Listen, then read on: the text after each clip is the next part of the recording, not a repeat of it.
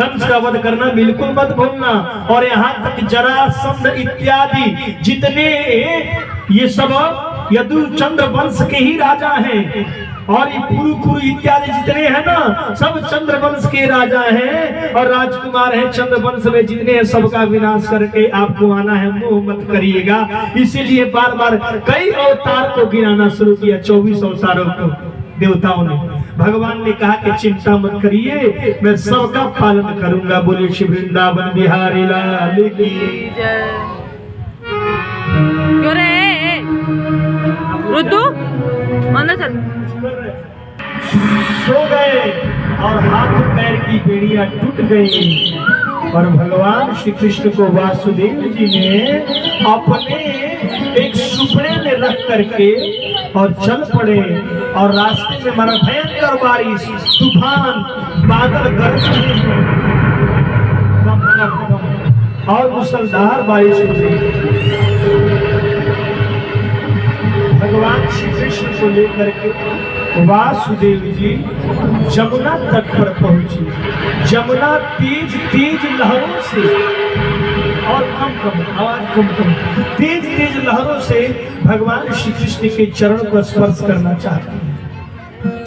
भगवान ने कहा, अरे कल मुझे समझ में नहीं आता, ये तुम्हारे ससुर जी हैं, लज्जा नहीं आती? अब तुम इनको छूने के लिए चले, मतलब थोड़ा सा घूमट में रहना चाहिए ना। जमुना मैया ने कहा कि आखिर तो मैं ठहरी आपकी पत्नी, आपका अवतार हुआ, मैं आपका चरण छूना चाहती हूँ। भगवान ने कहा कि एक काम करो, मैं अपना चरण ही बढ़ा देता हूँ, तुम स्पर्श कर लो, लेकिन हमारे पिता वासुदेव को जाने का मार्ग दे दो।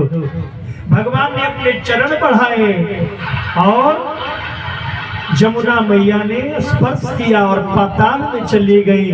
बरसात बहुत तेज हो रही है और वहीं पर शेषनाग जी महाराज छत्र छाया में हमारे भगवान श्री कृष्ण सर पर एक सुप में बैठकर वासुदेव जी के सर पर चलते बने। और कुछ ही क्षणों में नंद गांव बरसाने में महाराज वृंदावन गोकुल में बसधाम में पहुंचे भगवान।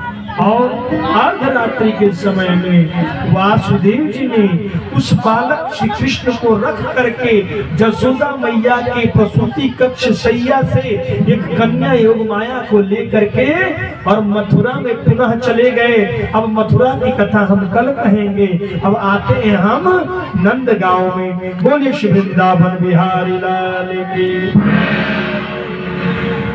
सुबह हुआ, नंद की बहन का नाम क्या है? सुनंदा।